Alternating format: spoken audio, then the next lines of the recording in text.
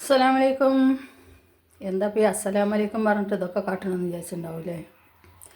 നമ്മളിന്ന് കുറച്ച് ചെമ്മീൻ്റെ കൊഞ്ചിപ്പൊടി അറിയും തിരുവനന്തപുരത്ത്. ഇവിടെ നമ്മൾ ചെമ്മീൻ പൊടി, കുഞ്ഞ ചെമ്മീൻ, അതൊരു 200 ഗ്രാം വാങ്ങിയിട്ട് നമുക്കൊരു ഒരു ചമ്മന്തി ഉണ്ടാക്കാം. കൊഞ്ചിപ്പൊടി ഇതാ വറുത്ത് നേരാക്കി വെച്ചിരിക്കണു.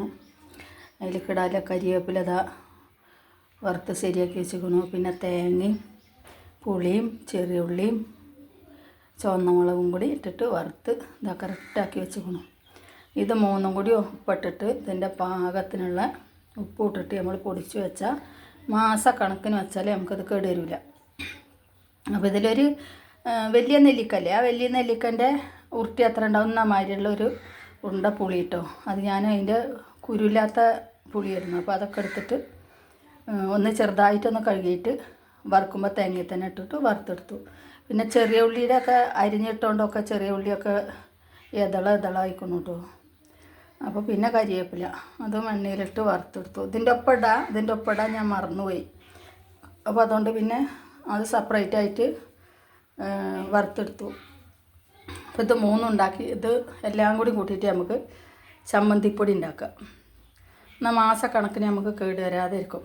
പെട്ടെന്ന് നമുക്ക് ഇനിയിപ്പോൾ ഒരു കൂട്ടാനൊന്നും ഇല്ലെങ്കിലും ഒരു ദിവസം ഇതെടുത്തിട്ട് ഇത്തിരി പൊടി 2 സ്പൂണ് പൊടി നമ്മളെ ചോറിൻ്റെ സൈഡിൽ വെച്ച് നമുക്ക് ഇത് കൂട്ടിയിട്ട് ചോറ് തിന്നാം. ദോശക്കോ ഇഡ്ഡലിക്കോ അതേമാതിരി നൂലപ്പത്തിനോ ഒക്കെ തിന്നാൻ പറ്റുന്ന എന്ത് സാധനം ഉണ്ടെങ്കിലും അതിൻ്റെ ഒപ്പം ഒക്കെ തിന്നാം.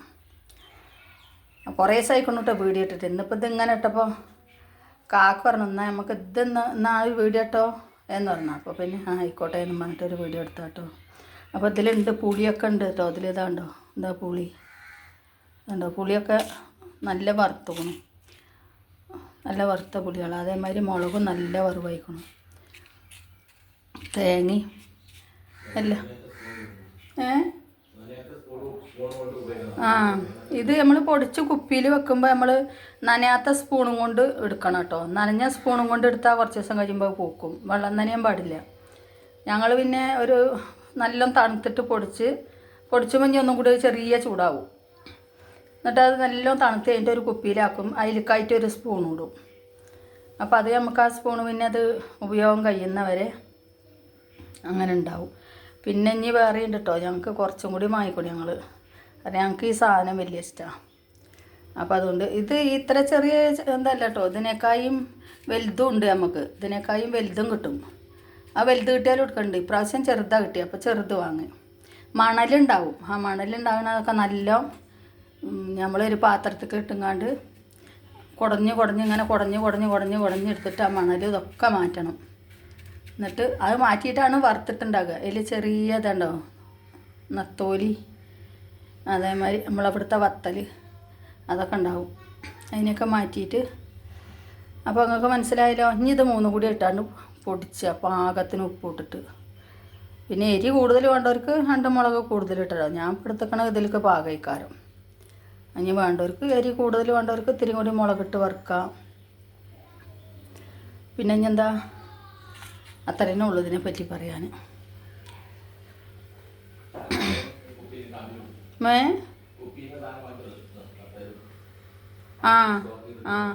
ഞങ്ങളിത് ഈ പറഞ്ഞ മാതിരി ഞങ്ങൾ ഇതുണ്ടോ ഒരു കുപ്പിയിൽ 2 എണ്ണത്തിൽ മറ്റേ അതേമാതിരി വത്തൽ നത്തോലി അത് ഉണക്കിയത്.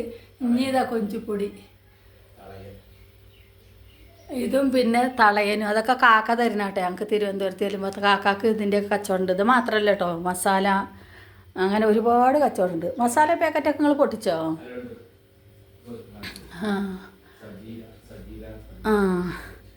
അപ്പോൾ സജ്ജനാസ് എന്ന് പറഞ്ഞിട്ടുള്ള ഒരു ഇതാണ് കാക്കാക്കുള്ളത്.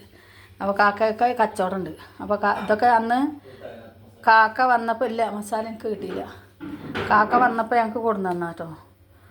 അപ്പോൾ കുറച്ച് മറ്റേ നത്തോലി അതവിടെ പറയണം കേട്ടോ. നത്തോലി ഇവിടെ നമ്മൾ വത്തലി അറിയും. അതൊക്കെ വേണ്ട അത് എടുക്കി പടി.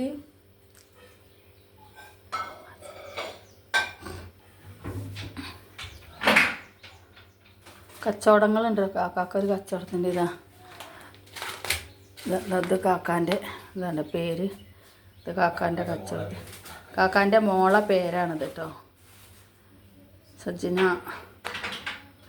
ഇത് എത്ര 30 ഉറുപ്പ്യ ഉള്ളൂ കേട്ടോ. നമ്മളിവിടെയൊക്കെ 10 ഉറുപ്പ്യക്ക് വാങ്ങിയാൽ എത്ര ഉണ്ടാവുള്ളൂ എന്നറിയോ? ആ, ഇത് 30 ഉറുപ്പ്യ ഉള്ളൂ. ഇതിൽ എന്തൊക്കെ സാധനങ്ങളുണ്ട് അറിയോ? അതുണ്ടോ, പെരുംജീരകം, പട്ട, ഇല, പിന്നെ വേറെ എന്തൊക്കെ സാധനങ്ങൾ ഇതിലുണ്ട്. ഗ്രാമ്പ്, അങ്ങനത്തെ സാധനങ്ങളൊക്കെ ഉണ്ട്. പശപിശ ഉണ്ടല്ലോ നിങ്ങൾ, അതൊക്കെ ഉണ്ട്. അപ്പോൾ ഇങ്ങനത്തെ ഒരു 4-5 പാക്കറ്റ് കൊടുന്നു. ഈ നത്തോലി ഒരു 1/2 കിലോന് 1/4 കിലോ ഉണ്ടാവും അല്ലേ? 1/2 കിലോ ഉണ്ടാവും. അതേമാതിരി മറ്റേ കൊഞ്ചിപ്പൊടി ഒരു 100-300 ഗ്രാം ഉണ്ടാവും. അതൊക്കെ കൊടുന്ന് ഇനിയിപ്പോൾ ഇതെടുത്ത് ഈ പൊടിച്ചുള്ള അതിനെ തന്നെ ഞങ്ങൾക്കൊരു മാസത്തിലേറെ ഉണ്ടാവും കേട്ടോ. ഈ പൊടിച്ചെന്ന് വെച്ചിട്ടുണ്ടെങ്കിൽ പിന്നെ തളയനും ഉണ്ട്. നല്ല വൃത്തിയുള്ള തളയനാണ് കേട്ടോ അവിടെ ഉള്ളത്. നമ്മളെ നാട്ടിലത്തെ മാതിരില്ല തളയനല്ല. അവിടുത്തെ തളയെന്ന് പറഞ്ഞാൽ നല്ല വൃത്തിയുള്ള തളയനാണ്. അത് ഒരു സൈസ് ഉണങ്ങിയിട്ട് അതിന് കവർന്ന് ഇതുണ്ടോ, ഇതാണ് അവിടുത്തെ തളയൻ. ഈ തളയൻ നിങ്ങൾക്കൊന്ന് കാട്ടിത്തരും കേട്ടോ. കാരണം ഇവിടുത്തെ തളയൻ്റെ മാറ്റങ്ങളെ കാട്ടിത്തരും കേട്ടോ. ഇതാണ്ടോ കീറി ഉണക്കി, ഇതാണ്ടോ നല്ല വൃത്തിയാണ് കാണാൻ നമുക്ക്. അപ്പോൾ നമുക്കത് ഇതൊക്കെ ഇതാക്കിയ നല്ല രസമാണിത്. നമ്മൾ സാധാരണ ഇനിയും നേരാക്കൂല എന്നമാതിരി വെള്ളത്തിലിട്ട് ഇതാക്കിയിട്ട് നമുക്ക് മസാലയും പരട്ടി പൊരിച്ച് കഴിഞ്ഞാൽ നല്ല ടേസ്റ്റാണിത് ഈ സാധനം. ഇവിടെയൊക്കെ എന്ത് വില ഉണ്ടാവുന്നൊരു ഈ സാധനത്തിനൊക്കെ. ഇവിടെ പല ക്വാളിറ്റി ഉണ്ടാവും, വില കുറഞ്ഞതും വില കൂടിയതൊക്കെ. ഇതൊക്കെ കാക്ക കൊടുക്കുന്നതാണ് കേട്ടോ. അപ്പോൾ ഇത്രയേ ഉള്ളൂ എന്നാൽ. അപ്പോൾ ഞാൻ നിർത്തുകയാണ്. അസ്സലാമലൈക്കും. നിങ്ങൾ അറിയണവരൊന്ന് പരീക്ഷിച്ച് നോക്കി. തേങ്ങ, ചെറിയുള്ളി, പുളി, മുളക് ഒന്നിച്ചിട്ട് വറുക്കുക. എന്നിട്ട് പിന്നെ കരിവേപ്പില അതിൻ്റെ ഒപ്പം ഇടാം. ഞാൻ മറന്നുകൊണ്ടാണ് സെപ്പറേറ്റ് ആയിട്ട് കാണുന്നത്. പിന്നെ കൊഞ്ചിപ്പൊടി ആദ്യം വറുത്ത് വെക്കണം കേട്ടോ. എന്നിട്ട് വേണം തേങ്ങ ഇട്ട് വറുക്കാൻ. കൊഞ്ചിപ്പൊടി വറുക്കുമ്പോൾ, ചെമ്മീൻ പൊടി വറുക്കുമ്പോൾ നമ്മൾ ആദ്യം ചട്ടിയൊന്ന് വറുത്ത് കഴിഞ്ഞിട്ട് നമ്മൾ തേങ്ങ വറുക്കെടുക്കുമ്പോഴേ ഒന്ന് തുടച്ചലുണ്ട്, അല്ലെങ്കിൽ അതിൻ്റെ മണൽ പൊടികളൊക്കെ ഉണ്ടാവും. ഈ കായോ അതൊക്കെ കാക്ക കൊടുന്നതാണ് കേട്ടോ. അപ്പോൾ ശരി, അസ്സലാമലൈക്കും.